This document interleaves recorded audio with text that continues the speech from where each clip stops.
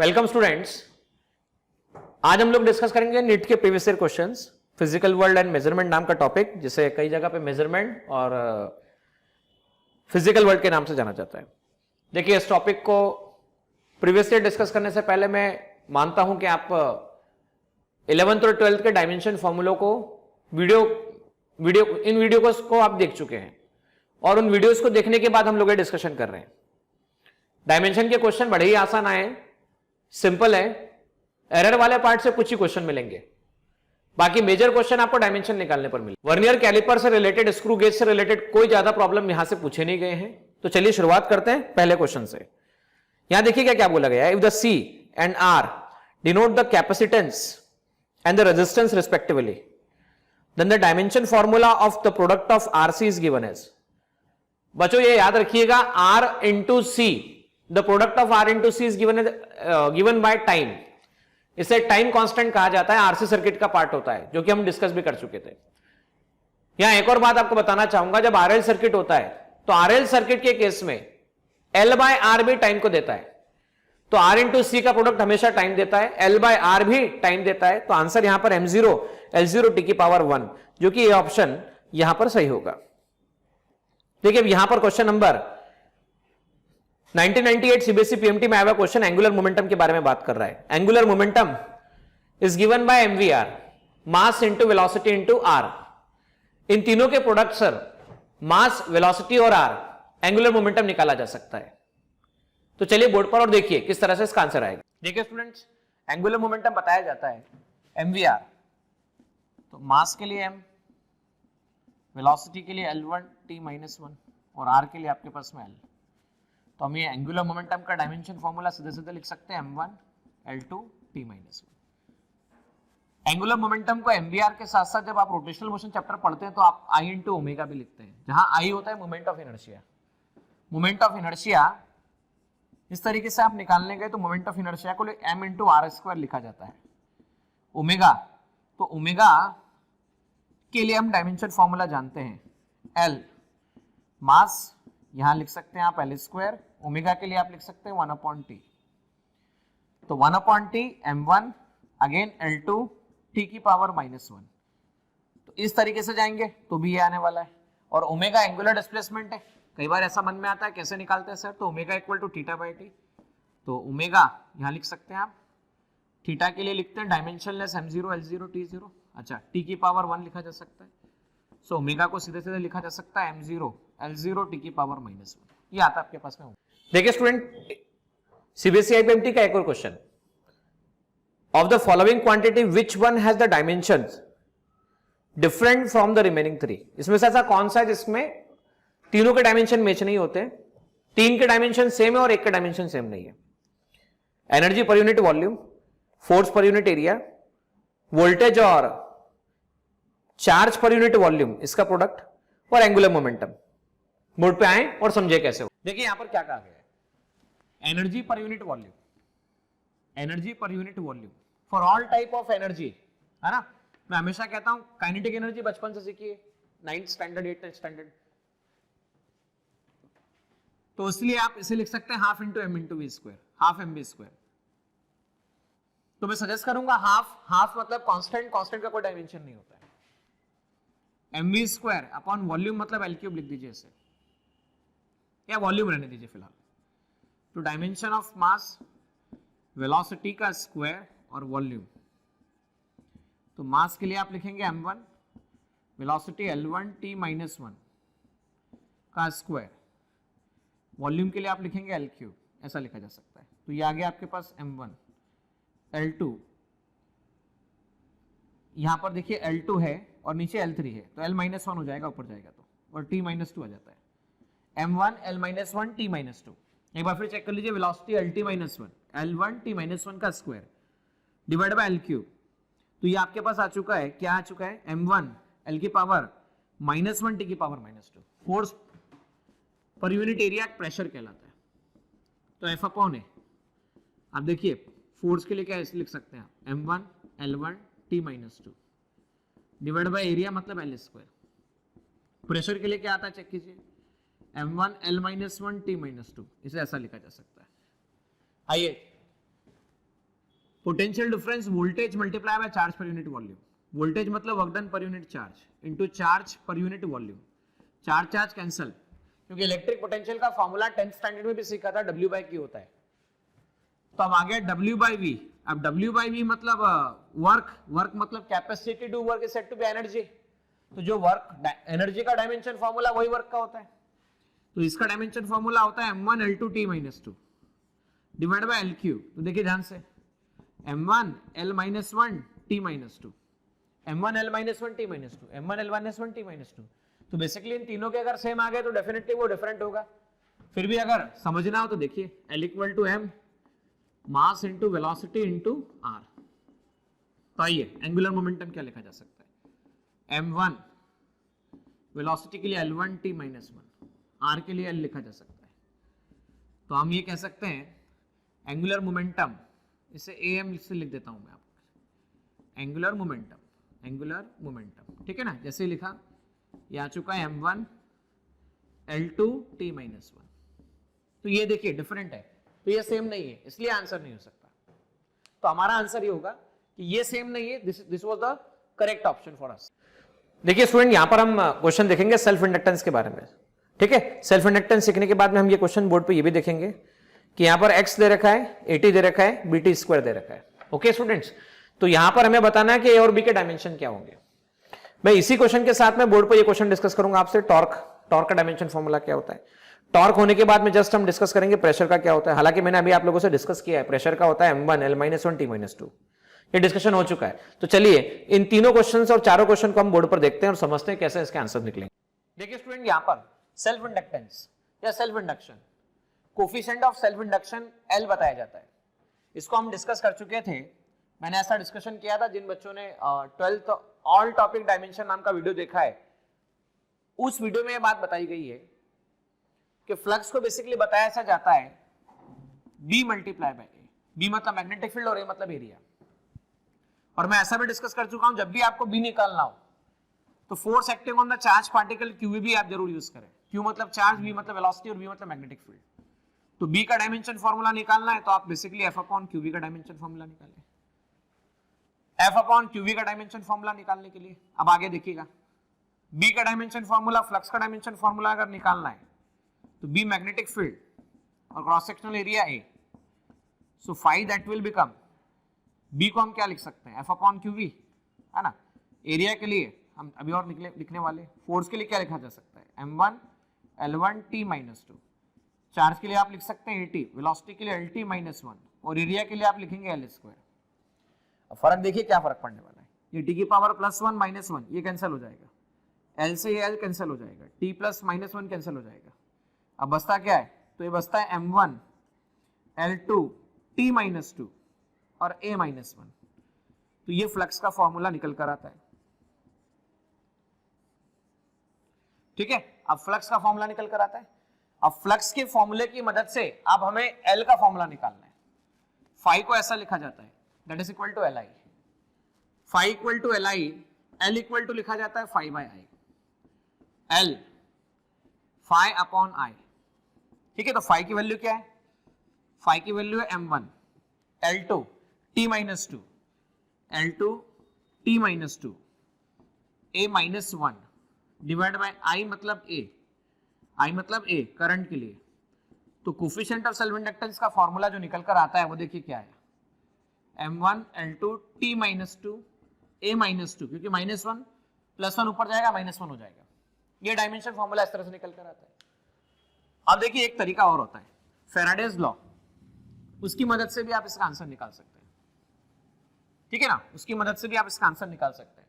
Faraday law में ऐसा कहा गया था, rate of change of EMF directly proportional to induced EMF. यहां से हम ऐसा लिख सकते थे, डी फाई को लिखा Li dt, ईएमएफ मतलब पोटेंशियल डिफरेंस, L यहां पे निकला di बाय dt। अच्छा, potential difference V equal to W by Q होता है, W dW अपॉन dQ, इसे आप Li L di by dt भी लिख सकते हैं, dW अपॉन dQ, dt का मल्टीप्लिकेशन इज इस तरफ L di बाय dt, या आप चाहें तो ऐसा लिख दीजिए, work done L di already available है, dQ बाय dt, तो rate of flow of charge is called current, rate of flow of charge is called current, तो ये आ गया एल डी आई, फिर से एक बार डी आई। अच्छा डी आई मतलब करंट का स्क्वायर, तो मैं कह देता हूं ये वर्क डन हो गया, ये एल हो गया और ये आई स्क्वायर हो गया। तो simply L equal to W by I square लिखा जा सकता है। तो आप यहां से भी देखिए वर्क डन का डायमेंशन फॉर्मूला होता है m1 L2 T minus 2 a की पावर 2।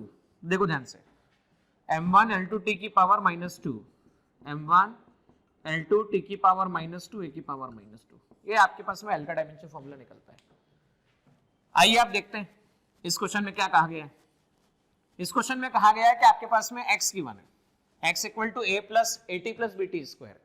आपको a और b का डायमेंशन बताना है। तो स्टूडेंट थोड़ा सुनिएगा इस बात को, हम ऐसा हमेशा कहते हैं कि अगर हम किलोग्राम में किलोग्राम को ऐड करते हैं तो आंसर किलोग्राम में ही आता है। 2 किलोग्राम में 3 किलोग्राम को आपने ऐड किया तो आंसर 5 किलोग्राम आएगा, थोड़ा समझना है ना। पर यूनिट चेक करो, kilogram kilogram kilogram, 3 kilogram minus 2 kilogram answer किस में आता है, तो बोले 1 किलोग्राम में आता है। भाई 3 2 छोड़ दो, पर किलोग्राम माइनस किलोग्राम कई बच्चे 0 लिख देते हैं, गलत है। किलोग्राम माइनस किलोग्राम आंसर किस में आएगा, किलोग्राम में ही आएगा, है ना। यहां पर बात कैसी है, इसे बोलते हैं principle of homogeneity, principle of homogeneity. और प्रिंसिपल ऑफ होमोजेनिटी आपसे ये कहता है according to the principle of homogeneity same dimensions are added and subtracted. तो अगर ये x है, 80 है और ये bt स्क्वायर है, तो थोड़ा समझना x का dimension m0 L1 T0 a और आपके पास में t की पावर 1 b और आपके पास में t स्क्वायर। अब समझना बच्चों, है ना। अगर हम ये कहते हैं कि अगर ये लेंथ का डायमेंशन है तो ये भी लेंथ का होना चाहिए, ये भी लेंथ होना चाहिए। तो लेंथ का डायमेंशन अगर है तो इससे भी क्या होना चाहिए, लेंथ का डायमेंशन, और इससे भी क्या होना चाहिए, लेंथ का डायमेंशन। मतलब m0 L1 T0 कितना आ गया आपके पास, a इंटू t, ये होना चाहिए। फर्क क्या पड़ेगा, a आ जाएगा आपके पास में m0 L1 T0 divide by t की पावर 1। a आ चुका है आपके पास में कितना, m0 L1 T minus 1, ये आ चुका है बराबर। अगर ये लेंथ है, ये लेंथ है, ये लेंथ है, तो इसका डायमेंशन इसका डायमेंशन सेम होना चाहिए। मतलब क्या हुआ, m0 L1 T0 equal to, ये डायमेंशन होना चाहिए b और अंदर t स्क्वायर, है ना, हम कह सकते हैं। तो b इक्वल टू कितना आ गया आपके पास में, m0 L1 T0 divide by t square. तो हम ऐसा भी कह सकते हैं b should be equal to m0 L1 t की पावर -2, ये हमें b का डायमेंशन मिलता है। ठीक है स्टूडेंट्स, तो हम ये सीख चुके हैं। उसके बाद में हमने टॉर्क के बारे में पूछा गया क्वेश्चन है, question is asked about the torque. तो टॉर्क मतलब होता है force into perpendicular distance. Torque का फॉर्मूला होता है force into perpendicular distance F into R। भाई फोर्स का डायमेंशन फॉर्मूला और R मतलब L, तो फोर्स का डायमेंशन फॉर्मूला हम लिख सकते हैं मास इनटू एक्सेलरेशन। तो मास के लिए m ही लिखिए, एक्सेलरेशन के लिए L1 T -2 इंटू L आ गया आपके पास में। तो डायमेंशन फॉर्मूला निकल कर आता है m1 L2 T -2। तो डियर स्टूडेंट्स, जो टॉर्क का डायमेंशन फॉर्मूला होता है वो वर्क का होता है, एनर्जी का होता है, ऑल टाइप ऑफ एनर्जी का होता है। टॉर्क का एक और नाम होता है जिसे कहते हैं moment of force. Moment of force मतलब क्या, टॉर्क का, वर्क का, all type of energy, all type of energy, इसमें क्या क्या आता है, kinetic energy, potential energy, chemical energy, mechanical energy, sound energy, wind energy, thermal energy, heat energy, कुछ भी बोलिए, कोई भी टाइप की एनर्जी, सबका क्या आना चाहिए, सबका सेम डायमेंशन आता है। तो कई बार क्वेश्चन पूछा भी जाता है कि भाई किनके डायमेंशन सेम और किनके डायमेंशन सेम नहीं है, तो अभी आंसर आपको देना है। प्रेशर का भी निकाल के बता चुका था, फिर भी एक बार डिस्कस कर देता हूँ। फोर्स एक्सपीरियंस पर unit area, force per unit area, तो प्रेशर, फोर्स का dimension m1 L1 T -2, area मतलब L स्क्वायर, तो ये आ जाता है m1 L -1 T -2। ये प्रेशर का डायमेंशन फॉर्मूला हम कह सकते हैं। ठीक है, तो ये डायमेंशन फॉर्मूला प्रेशर के लिए। यहाँ पर क्वेश्चन 1990 में आया हुआ क्वेश्चन आपके सामने, according to Newton viscous force according between the layers where A is area delta V upon delta Z, that is called velocity gradient, F equal to eta A dV by dz, then eta is called coefficient of viscosity. हमें इसके values बतानी है कि coefficient of viscosity का क्या answer होगा। और उसके बाद में एक क्वेश्चन देखिएगा ध्यान से, the frequency of vibration of mass small m suspended from the spring of spring constant k is given by the relation f c constant m mass और k spring constant. तो आपको बताना क्या है, आपको सिंपली एक बात बतानी है कि भाई इनके x और y के रिलेशंस क्या क्या होंगे, x और y के आंसर्स क्या क्या होंगे, ये हमको बताना है. तो चलिए दोनों बातें हम बोल. देखिए स्टूडेंट, यहां पर f मतलब force, eta coefficient of viscosity, a area, dv change in velocity, change in position. तो अब जब हम ये बोले कि यहां पर f ईटा, a मतलब एरिया, चेंज इन वेलोसिटी मतलब वेलोसिटी कुल मिला के, dz मतलब पोजीशन की हम बात कर रहे हैं. फोर्स का dimension formula m1 l1 t minus 2, ईटा आ चुका है, ए के लिए एरिया के लिए एल स्क्वायर यूज करोगे, वेलोसिटी के लिए L1 t minus 1 यूज करोगे, dz के लिए एल यूज करोगे. तो यहाँ एल से एल कैंसिल हो गया, एक इस एल से एक ये एल कैंसिल हो गया. तो हम ये कह सकते हैं m1 t minus 2, यहां से कैंसिलेशन हो चुका है, एल नीचे चला जाएगा, L1 t minus 1 ईटा m1 t minus 2 t plus 1 l की पावर minus 1. तो coefficient of viscosity m1 t minus 1 l minus 1, कुछ से कुछ इस तरह से बताया जा सकता है, m1 t minus 1 l minus 1. यहां नोटिसेबल पॉइंट है, तीनों में ट्रिपल 1 है, दो में -1 है और एक में +1 है. अब अगले क्वेश्चन में क्या बोला गया है, फ्रीक्वेंसी के बारे में बात कर रहे हैं, टॉकिंग अबाउट फ्रीक्वेंसी. फ्रीक्वेंसी मास पर और स्प्रिंग कांस्टेंट पर डिपेंड करती है और एक्स और वाई की वैल्यू निकालना है. फ्रीक्वेंसी क्या होता है तो हम जान चुके हैं, frequency reciprocal of time period, number of cycle पर सेकंड इज कॉल्ड फ्रीक्वेंसी. तो हम ये कह सकते हैं m0 l0 t की पावर -1. m मास है तो मास का डायमेंशन फॉर्मूला m1. अच्छा, k स्प्रिंग कांस्टेंट है तो स्प्रिंग कांस्टेंट के लिए स्प्रिंग फोर्स जानते हैं हम, F equal to kx, F upon x. तो स्प्रिंग कांस्टेंट का डायमेंशन फॉर्मूला आएगा फोर्स और x का डायमेंशन फॉर्मूला. फोर्स के लिए हम जानते हैं m1 l1 t minus 2, x मतलब l1, l से l कैंसिल, mt minus 2. तो हमें क्या करना होता है, हमें दोनों तरफ इक्वेशन कुछ इस तरह से बनानी होती है, m की पावर x t की पावर y. फ्रीक्वेंसी है तो m0 l0 t की power -1,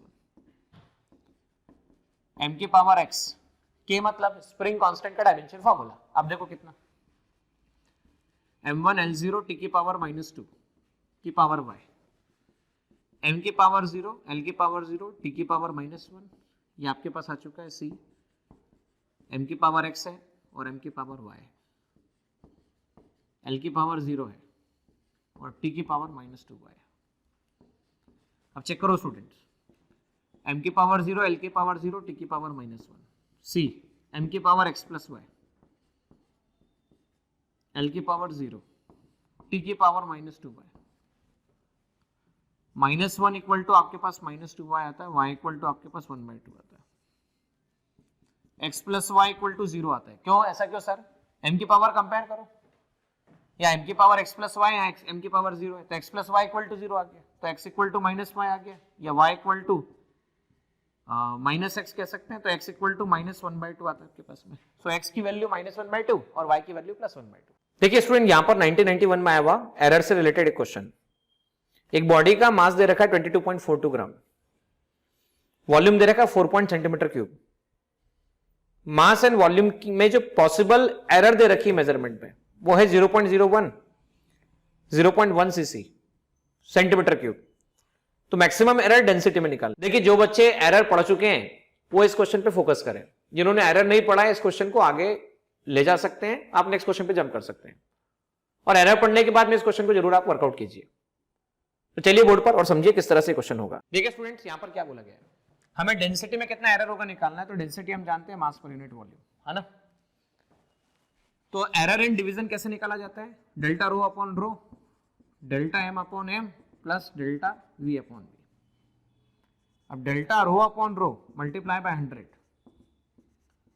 delta M upon M plus delta V upon V multiply by 100 ऐसे कहा जा सकता है. Now delta M upon M, delta M कितना है चेक करो 0.01 डिवाइड बाय एम कितना है 22.42 plus delta V upon V, तो डेल्टा वी कितना है 0.1 और वी कितना है 4.7,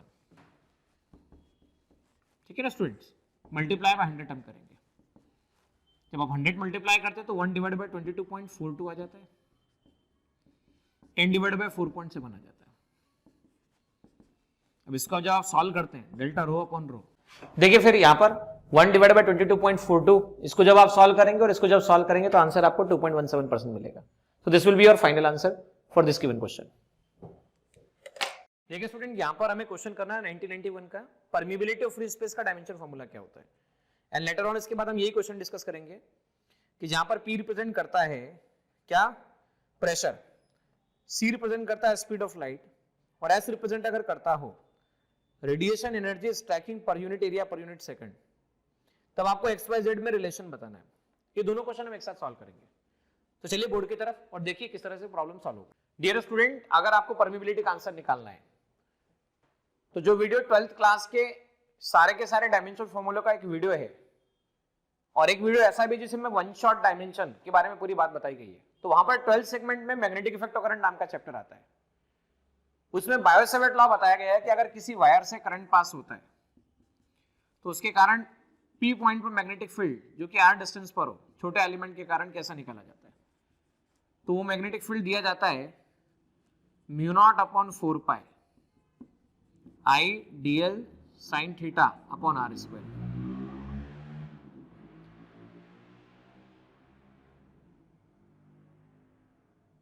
जबकि यहां पर dB मैग्नेटिक फील्ड है, μ0 permeability, I current, dl length और r आपके पास में लेंथ अवेलेबल है। तो मैं इसे मैग्नेटिक फील्ड लिख देता हूं, कोई फर्क नहीं पड़ने वाला।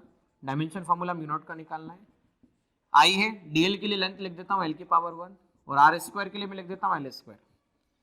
मैग्नेटिक फील्ड के लिए मैं कई बार बता चुका हूं आपको कि F इक्वल टू क्या लिखना है आपको, QVB। So B can be written F upon QV, है ना। तो B को क्या लिखा जा सकता है, F अपॉन QV। μ0 ही रहने दीजिए, करंट I उसके लिए A लिख दीजिए, इसके लिए L लिख दीजिए, L स्क्वायर है। तो यहां पर आप देख सकते हैं कि L से ये कैंसिलेशन हो जाएगा, ऊपर वाला नीचे वाला, तो यहाँ पर आपके पास में L आपको मिल जाएगा। ठीक है स्टूडेंट्स, अब L मिला है ना, तो फोर्स के लिए क्या डायमेंशन होता है, तो आप जानते हैं M1 L1T-2, चार्ज के लिए AT और वेलोसिटी के लिए LT-1 होता है। तो हम यहाँ पे ऐसा लिख पाएंगे μ0 A अपॉन में L। अब ये एक और बात चेक करो, ये L है, ये कैंसिल, ये L कैंसिल, T की पावर +1 -1 कैंसिल। तो अब यहाँ पर आप क्या लिख पाएंगे डायमेंशन फॉर्मूला, देखिए ध्यान से, आप लिख पाएंगे M1, ठीक है, L1 T-2 divide by A, ये A भी नीचे में भेज देता हूं, ये आ जाता है आपके पास μ0। सो μ0 की वैल्यू जो आएगी that will become M1 L1 T-2 A-2। एक बार वापस चेक कर लीजिए, B μ0 I dl sin theta upon r square, I के लिए I, dl के लिए L, 4 पाई कांस्टेंट है, इसके लिए कुछ नहीं लगेगा, r स्क्वायर मतलब L square. Now μ0 A, L square में एक L कैंसिल हो गया, ये वाला L कैंसिल हुआ, नीचे L बचा, F अपॉन QV। फोर्स का dimension formula M1 L1 T-2, charge के लिए क्या करेंगे AT, वेलोसिटी के लिए LT-1। तो इस बार हुआ क्या, इस L से देखिएगा ये L कैंसिल हो गया, T की पावर 1 से T की पावर 1 कैंसिल हो गया, A की पावर 1 μ0 इंटू A की पावर 1, एक बार A इंटू A आया, A स्क्वायर आ गया, A की पावर -2 आ गया। तो हमारे पास में जो आंसर आता है M आता है, ठीक है ना, चेक करना M1 L1 T-2 A-2। तो M1 L1 T-2 A-2, D option आपके पास में करेक्ट आता है। आइएगा अब अगले क्वेश्चन में क्या बोला गया, चेक करना। ये भी अगले क्वेश्चन में ऐसा बोला गया था, स्क्रीन पे आप जाके देख सकते हैं, चाहे तो वीडियो को पीछे ले जाइए और स्क्रीन पे चेक कीजिए कि भाई आपको इन तीनों का प्रोडक्ट करने पे डायमेंशनलेस क्वांटिटी मिलती है, डायमेंशनलेस। और डायमेंशनलेस का मतलब जिसका कोई डायमेंशन ना हो, और डायमेंशनलेस को आप ऐसा भी लिख सकते हैं M0 L0 T0। P pressure है, तो प्रेशर मैं बता चुका हूं, चेक कर लो एक बार, प्रेशर होता है फोर्स पर यूनिट एरिया। तो तो भाई फोर्स, प्रेशर का डायमेंशन निकालना है तो फोर्स का डायमेंशन पर यूनिट एरिया यहाँ आ चुका है m1 L1 T-2 divide by area मतलब L स्क्वायर आ गया। सो प्रेशर का डायमेंशन कितना आ चुका है, ये आ गया m1 L-1 T-2, ठीक है ना। अब यहाँ S दे रखा है तो इसे क्या बोला गया है, एनर्जी स्ट्राइकिंग पर unit area per unit time. तो S का डायमेंशन फॉर्मूला निकालना है मतलब एनर्जी, और एनर्जी का हम निकाल चुके हैं अभी m1 L2 T-2, एरिया के लिए L स्क्वायर, टाइम के लिए T की पावर 1 m1, ठीक है, L2 कैंसिल हो गया, T की पावर -3 लिखा जा सकता है, और speed distance upon time, distance upon time LT-1 होता है, ठीक है, LT-1 होता है। तो आपको पता है अच्छे से प्रेशर की पावर x, तो प्रेशर कितना है आपके पास में, m की पावर 1, L की पावर -1, T की पावर -2 x। S के बारे में चेक करो, S कितना है, तो m1 T-3, m1 L0 T-3 की पावर y, और C L1 T-1 की पावर z, ऐसा लिखा जा सकता है। तो देखो ध्यान से, m0 L0 T0, ठीक है, यहां लिख सकते हो m की पावर x, L की पावर -x, T की पावर -2x, m की power y, L0 T-3y, L की पावर z, T की पावर -z, ऐसा लिखा जा सकता है। m की पावर 0, L की पावर 0, T की पावर 0। अब देखो ध्यान से, m x है ना, m y, L -x, L 0, L z, T check करो, -2x, -3y, -z, ऐसा लिखा जा सकता है। तो आइए क्या लिखते हैं हम लोग, m0 L0 T0, ठीक है, m की पावर आ गया x प्लस y, अब देखो ध्यान से, L की पावर आ गया -x प्लस z, और लास्ट में T की पावर चेक करो, -2x, -3y, -z। अब देखो कंपेयर करो पावर को, सो m की पावर कंपेयर करो तो x plus y equal to 0 आता है, L की पावर कंपेयर करो, -x plus z equal to 0 आता है, मतलब x इक्वल टू z आता है कुल मिलाकर। अब T की पावर कंपेयर करो, -2x, -3y, -z equal to 0 आता है। देखो T की पावर 0, T की पावर ये। अब हमें कोई तो भी वेरिएबल निकालना है, तो हम क्या कर सकते हैं, हम यहां से लिख सकते हैं y इक्वल टू -x या x इक्वल टू -y। तो मैं पूरी इक्वेशन x में कन्वर्ट कर लेता हूँ, -2x, y के प्लेस पे -x लिख दो, z के प्लेस पे सीधा x लिख दो, शुड बी 0। तो यहां से ये इक्वेशन सेटिस्फाई करने वाला जो ऑप्शन होता है, एक तरीका है कि xyz आपके पास दे रखा है ना, तो आप क्या करो, आप ये देख लो कि x की वैल्यू -y और x की वैल्यू z के इक्वल। तो ये जो ऑप्शन आपको दिखता है, ये ऑप्शन आप स्क्रीन पे देख सकते हैं कि x की वैल्यू और z की वैल्यू सेम आना चाहिए। तो देखो मैं स्क्रीन पे देख के बता रहा हूं आप लोगों को, x की और z की वैल्यू चेक कर लो। तो x की और z की वैल्यू 1 जो आ रही है, वो x की और z की वैल्यू 1 जो आ रही है वो C ऑप्शन में आ रही है, और y की वैल्यू -1 आ रही है। तो मैं C ऑप्शन इसको करेक्ट आंसर दूंगा जो इस इक्वेशन को सेटिस्फाई करता है। देखिए स्टूडेंट, यहाँ पर एक क्वेश्चन है आपके पास में, the time dependence of physical quantity, time dependence of physical quantity p is given by p0 exponential की power -alpha t square. Alpha is constant and t is a time. तो alpha की value कितनी होगी, alpha का dimension कितना को बताना है। इस क्वेश्चन के बस साथ साथ हम आगे ये सॉल्व करेंगे। आपको turpentine oil is flowing through the tube of length L and radius R। The pressure difference between the two end of the tube is P। Viscosity of the oil is given by this relation, है ना। तो आपको बताना क्या है कि dimension of eta क्या होगा, ईटा का डायमेंशन क्या होगा, जबकि उसने खुद ने कहा है कि ईटा विस्कोसिटी है। देखिए स्टूडेंट, यहाँ पर क्या कहा गया है, P equal to P0 e की पावर -अल्फा t। तो जो E रहता है एक कांस्टेंट है, एक वैल्यू है, और जो भी उसकी पावर होती है वो डायमेंशन लेस होती है, मतलब उसका डायमेंशन 0 होना चाहिए। मतलब क्या, अल्फा और t स्क्वायर का डायमेंशन 0 आना चाहिए। m0 L0 T0, alpha t square को नीचे भेज दिया, t का डायमेंशन t की पावर 1 होता है, तो t स्क्वायर हो गया आपके पास में। अब देखो फर्क क्या पड़ा, अब इससे फर्क क्या पड़ा, t की पावर 2 ऊपर चली गई तो -2 आ गया, तो alpha equal to m0 L0 t की पावर -2। अब देखो यहां पर क्या है, coefficient of viscosity p bracket में r square minus x square divide by 4vl। तो ईटा को क्या लिख सकते हैं, pr square upon 4vl minus px square upon 4vl। ठीक है स्टूडेंट्स, तो ईटा क्या लिखा जा सकता है, P R square upon V L minus P X square upon V L. अब same dimensions are added and subtracted, मतलब क्या, लेंथ में लेंथ ऐड करते हैं तो लेंथ मिलता है, टाइम में टाइम ऐड करते हैं तो टाइम मिलता है, केजी में केजी ऐड करते हैं तो केजी मिलता है, बराबर है। तो अगर ये जो डायमेंशन होगा, ये जो डायमेंशन होगा और ये डायमेंशन होगा, ये दो डायमेंशन सेम होंगे, मतलब भाई हम ये कह सकते हैं कि इसका डायमेंशन, किसका, ईटा का डायमेंशन, और इसका डायमेंशन दोनों का सेम होगा। P मतलब प्रेशर, R मतलब लेंथ, V मतलब स्पीड और L मतलब लेंथ। प्रेशर को क्या लिखा जाता है, force per unit area. Force per unit area, force को क्या लिखा जाता है, मास इनटू एक्सेलरेशन। एरिया नीचे चला गया तो मास के लिए लिख दीजिए m की power 1, acceleration L1t minus 2, L square, area L square, velocity, velocity क्या होता है तो LT minus 1, LT minus 1 L length. Solve करने पर आंसर आता है m1 L माइनस 1 T माइनस 1। और किसी स्टूडेंट को अगर डायरेक्ट याद हो तो भी वो टिक कर सकता है m1 L माइनस 1 T माइनस 1। देखिए स्टूडेंट, यहां पर 1994 का एक question, in a particular system unit of length, mass and time are selected 10 centimetre, 10 gram and 0.1 second respectively. तो यूनिट ऑफ फोर्स निकालना है सिस्टम में किसके इक्वल होगा। एक तो ये क्वेश्चन आप और हम करेंगे। 1 ईयर कैलिपर्स वाला जब कंसेप्ट जब तक हम डिस्कस नहीं करते तब तक इस क्वेश्चन को हम नहीं करेंगे, और हम ये क्वेश्चन सेपरेट डील करेंगे। हमें बताना है कि इसमें से कौन सा कांस्टेंट है। तो आप और हम ये बात जानते हैं, रिफ्रैक्टिव इंडेक्स का कोई डायमेंशन नहीं होता है, Poisson's ratio dimensionless quantity होती है, relative density dimensionless quantity होती है। तो ग्रेविटेशनल कांस्टेंट क्या है, तो जी की वैल्यू कैपिटल जी का डायमेंशन फॉर्मूला एग्जिस्ट करता है। तो इसमें हम ये कह सकते हैं ग्रेविटेशनल कांस्टेंट डायमेंशनल कांस्टेंट है ना।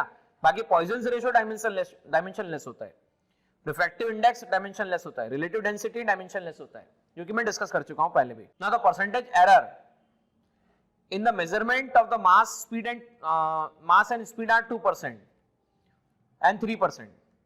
The error in kinetic energy आपको निकालना है। तो चलिए तीनों क्वेश्चन हम लोग बोर्ड पे डिस्कस करते हैं। एक ये वाला क्वेश्चन भी हम चर्चा करेंगे, उसके बाद हम ये वाला क्वेश्चन भी हम डिस्कस करेंगे। आइए बोर्ड पर और देखिए किस तरह से सॉल्व होंगे प्रॉब्लम। देखिए स्टूडेंट, यहाँ पर फोर्स के लिए हम जानते हैं मास इनटू एक्सेलरेशन। अब हम इसे ऐसा भी जानते हैं, एक्सेलरेशन, मास इनटू एक्सेलरेशन को यूनिट के टर्म में कन्वर्ट करोगे किलोग्राम मीटर पर सेकंड स्क्वायर, जिससे 1 न्यूटन लिखा जाता है। जब सीजीएस सिस्टम लिया जाता है, सेंटीमीटर ग्राम सेकंड सिस्टम, तो मास के लिए आप क्या यूज करते हैं, ग्राम, एक्सेलरेशन के लिए सेंटीमीटर पर सेकंड स्क्वायर, इससे 1 डाइन कहा जाता है।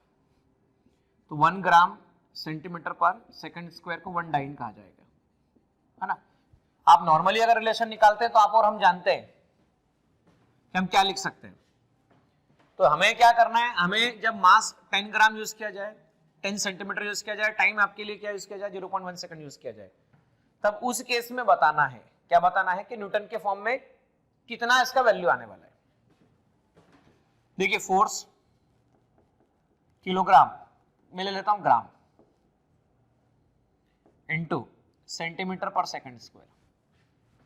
तो देखिए हम ग्राम के प्लेस पे क्या ले रहे हैं, 10 ग्राम, सेंटीमीटर के प्लेस पे क्या ले रहे हैं, 10 सेंटीमीटर, सेकंड के प्लेस पे क्या ले रहे हैं, 0.1 सेकंड का होल स्क्वायर। तो हम इसे फोर्स को नए यूनिट में कैसे एक्सप्रेस करेंगे, एफ डैश 10 इंटू 10, आप अब इसे ऐसा लिख सकते हैं 0.1 का स्क्वायर, है ना। तो ग्राम सेंटीमीटर पर सेकंड स्क्वायर आप कर देंगे तो 0.1 का स्क्वायर, तो आप इसे ऐसा लिख पाएंगे 10 to the power 4 gram centimetre per second square. ठीक है स्टूडेंट्स, अब हम आप और हमें पहले सीख चुके हैं, पहले भी हमने देखा है कि 1 newton 10 to the power 5 dyne होता है। आप इसको ऐसा समझिए कि भाई 1 newton 10 to the power 5 dyne कैसे होता है, तो हम जानते हैं 1 न्यूटन कितना होता है। तो 1 न्यूटन होता है 1 किलोग्राम मीटर पर सेकंड स्क्वायर। तो किलोग्राम को 10 टू द पावर 3 ग्राम लिखते हैं, मीटर को 10 टू द पावर 2 सेंटीमीटर लिखते हैं, सेकंड स्क्वायर है आपके पास में, तो 10 टू द पावर 5 ग्राम पर सेंटीमीटर सेकंड स्क्वायर, इसे 1 न्यूटन लिखा जा सकता है। तो 1 ग्राम सेंटीमीटर पर सेकंड स्क्वायर को आप ऐसा भी लिख सकते हैं 10 टू द पावर -5 न्यूटन। और जैसे ही 10 टू द पावर -5 न्यूटन लिखा, तो आइए लिखते हैं इसे 10 to the power 4 -5 newton, F equal to आता है 10 to the power -1 newton, 0.1 newton लिखा जा सकता है। ठीक है, तो 0.1 न्यूटन इसका आंसर आता है इस पहले वाले का। नाउ नेक्स्ट क्वेश्चन में देखो क्या कहा गया। नेक्स्ट क्वेश्चन में आपसे कहा गया refractive index, speed of light, Poisson's ratio, ठीक है, और ग्रेविटेशनल कांस्टेंट, इनके बारे में बात की गई है। तो रिफ्रैक्टिव इंडेक्स क्या होता है, 10th क्लास में पढ़ा था, ratio of speed of light to speed of light in air, speed of light in air divide by speed of light in medium. तो मीडियम में जितना स्पीड ऑफ लाइट होता है और एयर में जितना स्पीड ऑफ लाइट होता है, इसके रेशियो को हम रिफ्रैक्टिव इंडेक्स कहते हैं। तो स्पीड ऑफ लाइट के लिए डायमेंशन फॉर्मूला क्या यूज करोगे आप, चेक करो थोड़ा सा, c बाय वी, c मतलब क्या, lt minus 1 divide by lt minus 1, ये आ गया m0 l0 t0। ठीक है, दूसरा कौन सा था, पॉइजन रेशियो, ये था आपके पास में lateral strain upon longitudinal strain, longitudinal strain. तो यहां पर आपको एक बात बताना चाहूंगा, स्ट्रेन डायमेंशनलेस क्वांटिटी होती है, स्ट्रेन का कोई डायमेंशन नहीं होता है, मतलब आप लिखते हैं m0 l0 t0, वापस इसका m0 l0 t0, ठीक है ना, तो डायमेंशनलेस क्वांटिटी आती है। रिफ्रैक्टिव इंडेक्स हो गया relative density. Now relative density, relative density इसे लिखते हैं density of material, density of material to the density of water, density of water. Water की डेंसिटी की बात करें और मटेरियल की डेंसिटी की बात करें, इन दोनों के रेशियो को डेंसिटी मास पर यूनिट वॉल्यूम।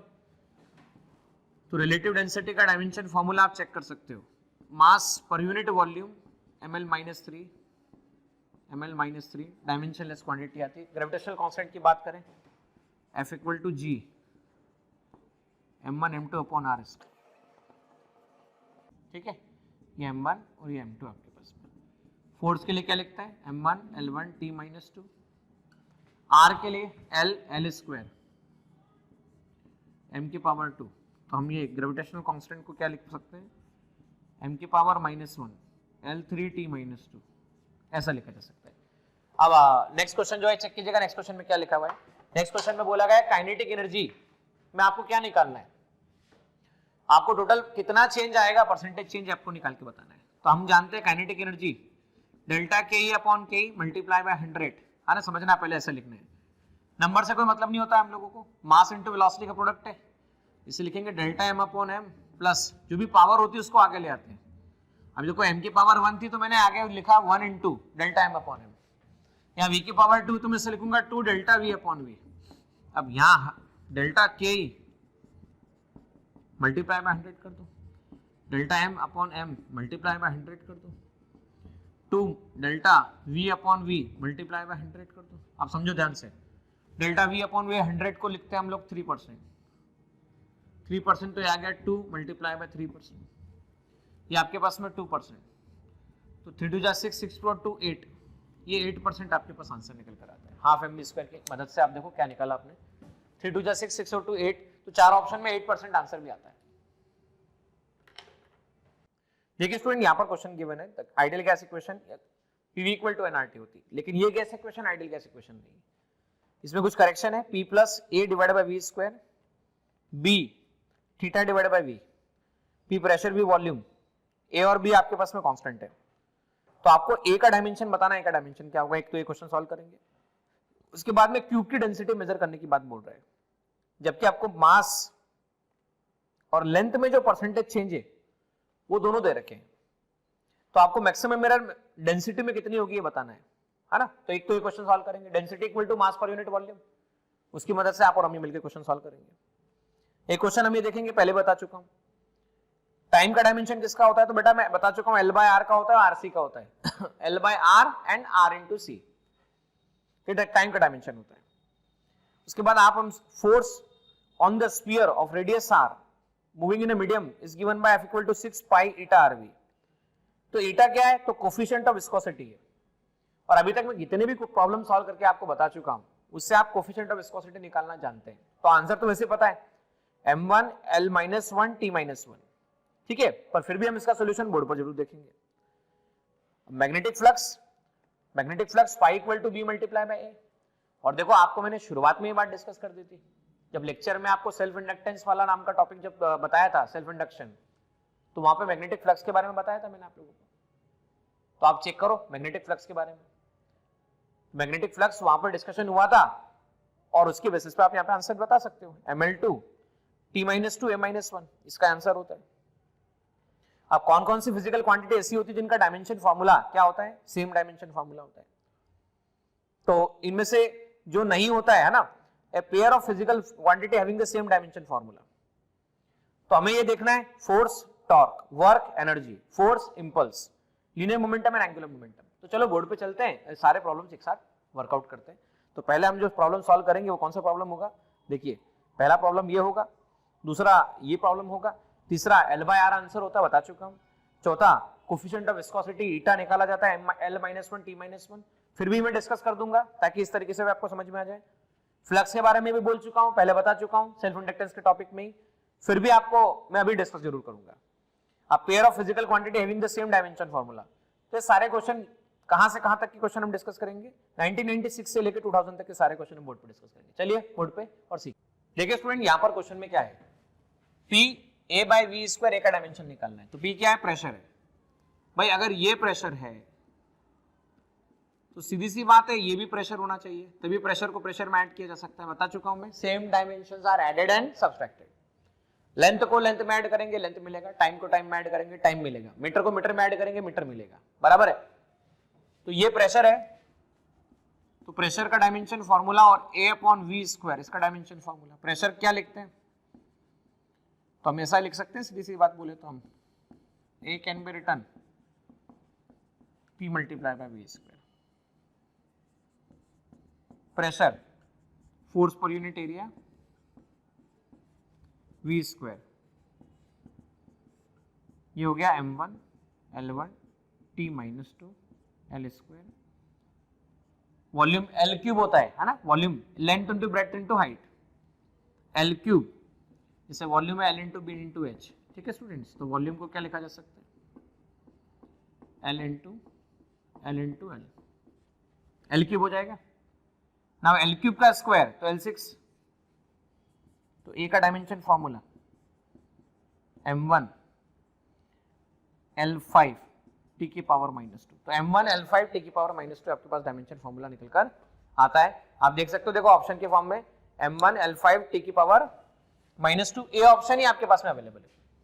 अब देखो यहां पर क्या बोला गया, डेंसिटी निकालना है ना, कितना चेंज आएगा, परसेंटेज चेंज आपको निकाल के बताना है, जबकि एरर के फॉर्म में दे रखा है। तो डेंसिटी के लिए हम कहते हैं रो, डेल्टा रो अपॉन रो, मास है तो डेल्टा m/m लिख दो, डेल्टा V/V लिख दो, delta rho upon rho multiply by 100,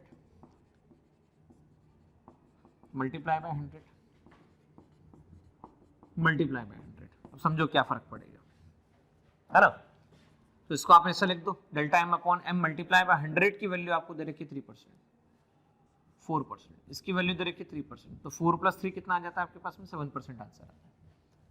now वापस चेक कर लो बेटा ना, डेंसिटी मास पर यूनिट वॉल्यूम, तो delta rho upon rho, delta m/m, delta V/V, multiply by 100, multiply by 100, multiply by 100।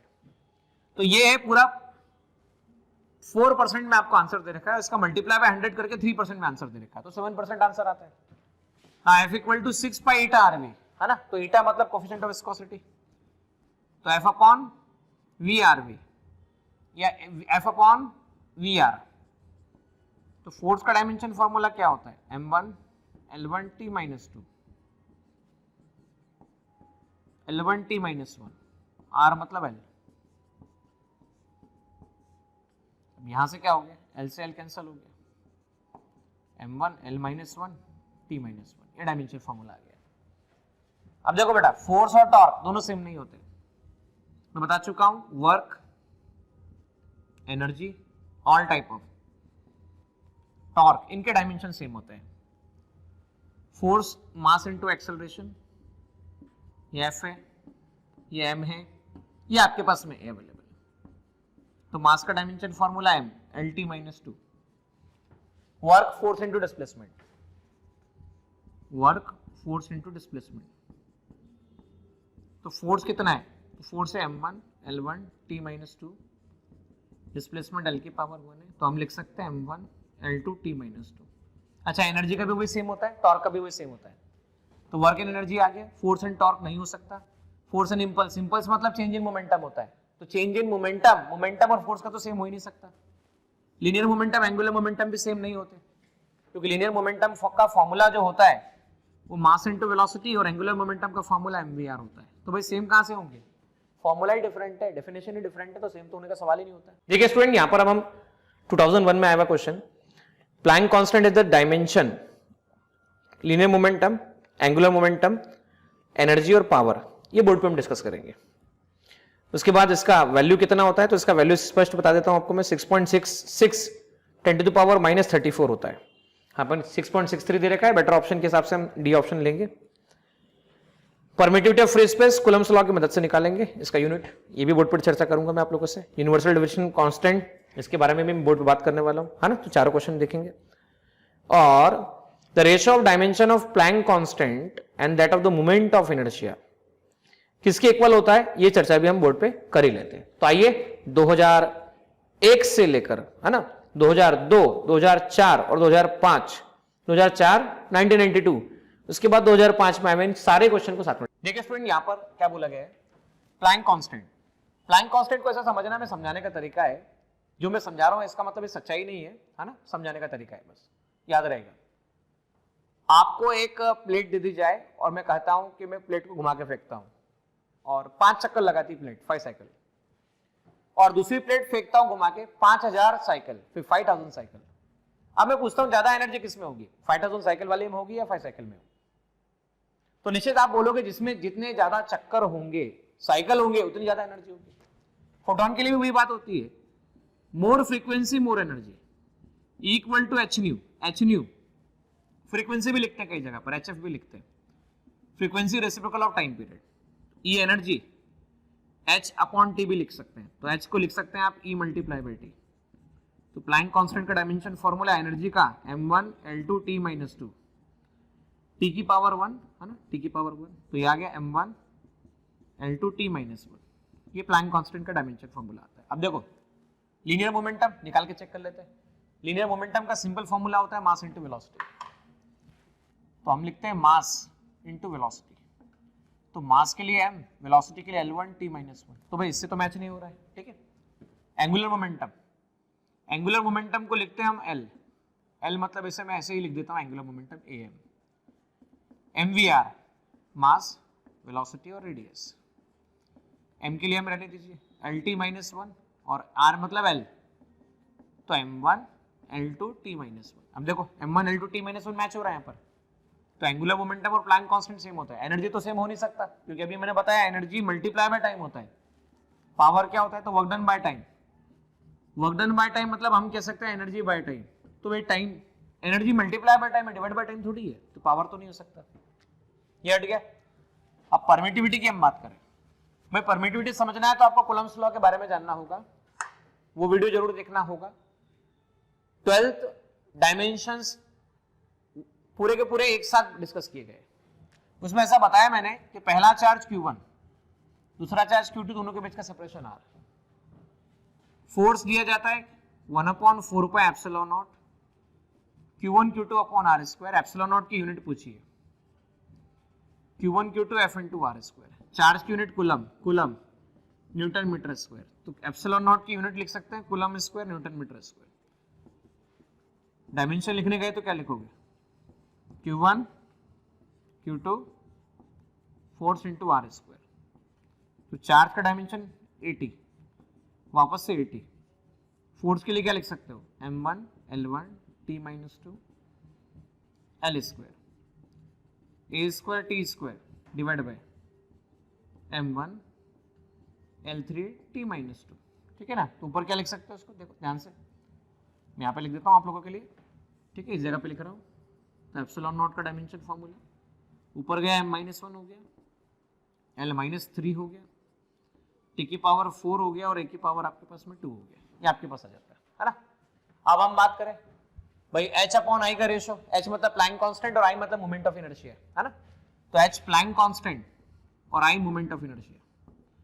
तो प्लैंक कांस्टेंट का तो अभी निकाला M1 L2 T माइनस 1 और मोमेंट ऑफ इनर्शिया लिखते हैं M into R square, R मतलब L, तो भाई M L square T minus 1, R मतलब L square, M L square cancel, reciprocal of time period जिसे लिखते हैं आप m0 L0 t माइनस 1, reciprocal of time period frequency की यूनिट होती है, किसकी यूनिट होती है स्टूडेंट्स, फ्रीक्वेंसी, और डायमेंशन फॉर्मूला, तो यहाँ पर हम बात कर सकते हैं टाइम गलत है, एंगुलर मोमेंटम गलत है, वेलोसिटी गलत है, फ्रीक्वेंसी राइट है, तो A option will be correct option. देखिए स्टूडेंट्स, अभी हम यहाँ पर बात करेंगे 2006 में आए क्वेश्चन की, जहाँ बोला गया velocity of the particle is given by this relation v equal to at plus b upon t plus c। abc क्या है आपके पास, कांस्टेंट है, तो आपको abc का डायमेंशन निकालना है और बताना है कि डायमेंशन क्या क्या होंगे, चलेंगे बोर्ड पे सीखेंगे। Electrical resistance, dimension of resistance in electrical circuit in the term of mass Lt and current will be given by, तो हम रेजिस्टेंस, इलेक्ट्रिकल रेजिस्टेंस का डायमेंशन भी सीखेंगे, है ना। अब आगे देखेंगे मिरर वाला क्वेश्चन, रेडियस ऑफ स्फीयर का जो एरर परसेंटेज दे रखा है वो 2% है, वॉल्यूम में जो एरर निकालना है वो कितना परसेंटेज होगा, ये भी बोर्ड पे चल के सीखा जाएगा, ठीक है। ये क्वेश्चन भी आगे देखिए, ये क्वेश्चन भी आपके सामने मैं अभी चर्चा करूंगा। Physical parameter having the same dimension, कौन कौन से ऐसे पैरामीटर जिनके डायमेंशन आपके पास में सेम दे रखे हैं, energy density, refractive index, dielectric constant, तो देखो इसमें तो ये बात तो हम जानते हैं पहले से कि रिफ्रैक्टिव इंडेक्स जो है वो डायमेंशनलेस है, डाइलेक्ट्रिक कांस्टेंट जो है वो डायमेंशनलेस है, तो चेकिंग करनी बाकी किसकी रह गई, तो एक तो एनर्जी डेंसिटी की, यंग्स मॉडुलस की और मैग्नेटिक फील्ड की, ये भी हम चर्चा करेंगे बोर्ड पर। तो आइए इन सब क्वेश्चंस को एक बार देखते हैं, उसके बाद हम आगे और नेक्स्ट क्वेश्चन पे प्रोसीड करें। देखिए स्टूडेंट, अब क्या बोला गया है, अब बोला गया है वेलोसिटी है ना, आपको एबीसी का डायमेंशन निकालना है, तो मैं पहले भी कह चुका हूं principle of homogeneity, same dimensions are added and subtracted, same dimension को हम ऐड कर सकते हैं और सब्सट्रैक्ट कर सकते हैं, तो यहां पर सेम डायमेंशन ये वेलोसिटी है, तो a और t का प्रोडक्ट भी वेलोसिटी होगा, b t प्लस c इनका रेशियो भी वेलोसिटी होगा, तो चलो पहले देखते हैं वेलोसिटी के लिए L1 t माइनस 1, ये at है, b upon t plus c, अब समझो बच्चों, L1 t माइनस 1 ये आपके पास a इंटू t है, तो a का डायमेंशन कितना हो गया, L1 t माइनस 1 अपॉन t की पावर 1, L1 t माइनस 2, ये आ जाता है, अब ये आ गया।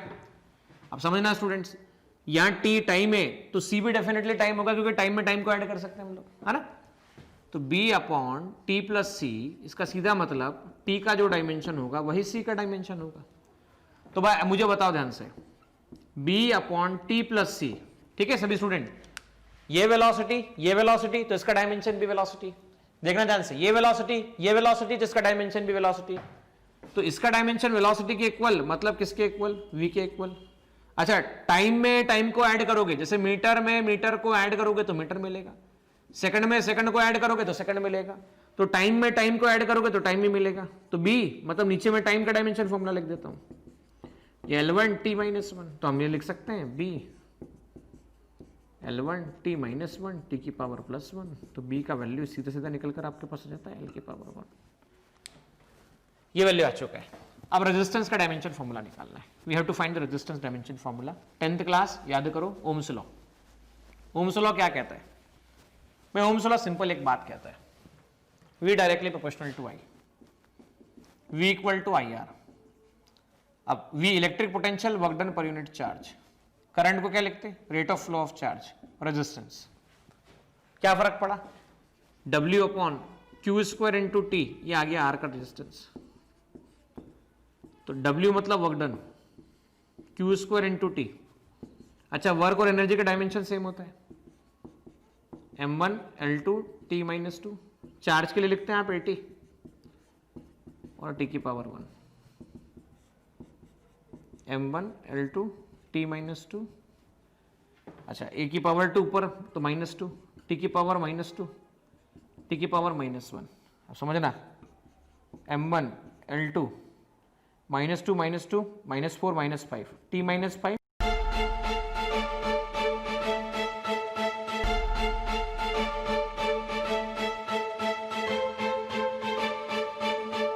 पुरोहित अकॅडमी, मेन ब्रांच प्रभात चौक, MJ कॉलेज रोड, लोकमान्य हॉस्पिटलच्या बाजूला, जळगाव, आणि पांडे क्लासेस जवळ, बंधन बँके शेजारी, ट्रॅफिक गार्डनच्या समोर, जळगाव।